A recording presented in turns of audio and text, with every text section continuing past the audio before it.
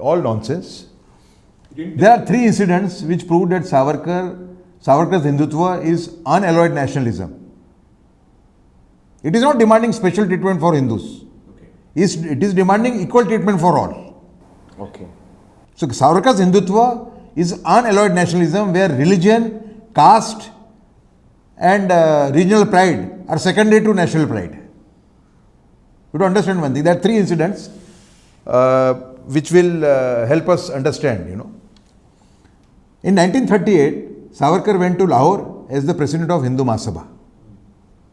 And some press people asked him a question, why you and Jinnah are bent upon dividing the country along religious lines. The reply which Savarkar gave is very important for us to understand.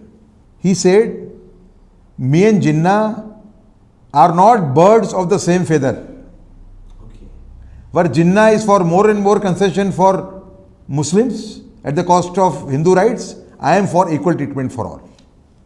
Correct? In 1939, when a group of Shia Muslims of Lucknow passed a resolution out of a sense of patriotism that any Muslim slaughtering a cow will be considered an enemy of Hindu-Muslim unity. And second part of the resolution was, when Hindus pass their religious processions from near the mosques, Muslims will not oppose them.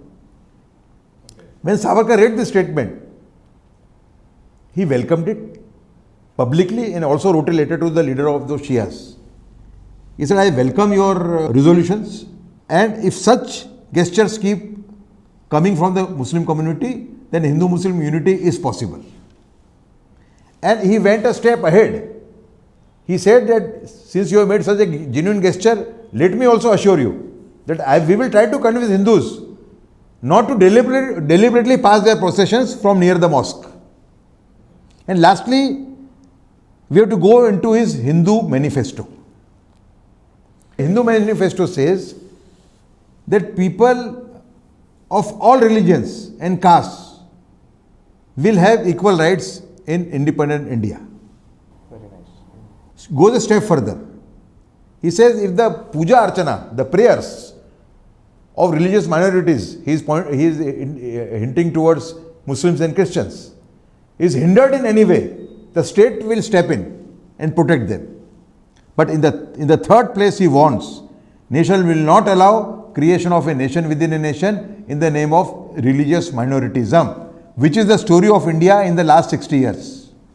We gave them Pakistan. Yet we were following, our governments were doing, parties were doing Muslim appeasement. After having given Pakistan for Hindus, it was partition of motherland. Correct? After having given Pakistan to them, why should pro-Muslim policies continue in this country? So he was fighting that. And it's the kind of Muslim appeasement which has taken place in this country. Jinnah's 1940 resolution calling for Pakistan had two parts. First part was, we Muslims of this country demand a separate nation. And second part was, those Muslims who are left behind in India, how they will be treated. In that they had demanded preferential treatment. The Congress's Muslim appeasement policies in the first 60 years is basically part 2 of Pakistan resolution. Correct. Second, during the Khilafat movement, Congress passed a resolution that independent India's foreign policy will take into consideration the religious obligations of the Muslims. Congress was following the same policy. In 1948, Israel was formed. One of the first resolutions which Israel passed was expressing gratitude to Hindus and India for the treatment they had given to Jews over the last 2000 years. Okay. Yet we took 44 years after our independence to establish full diplomatic ties with Israel, because our policy was being guided by Muslims.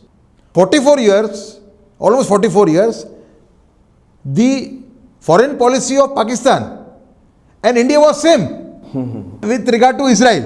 Right. You get my point? So Savarkar is being projected as a divisive figure only because Savarkar is the father of India's national security. If you look at the warnings he gave,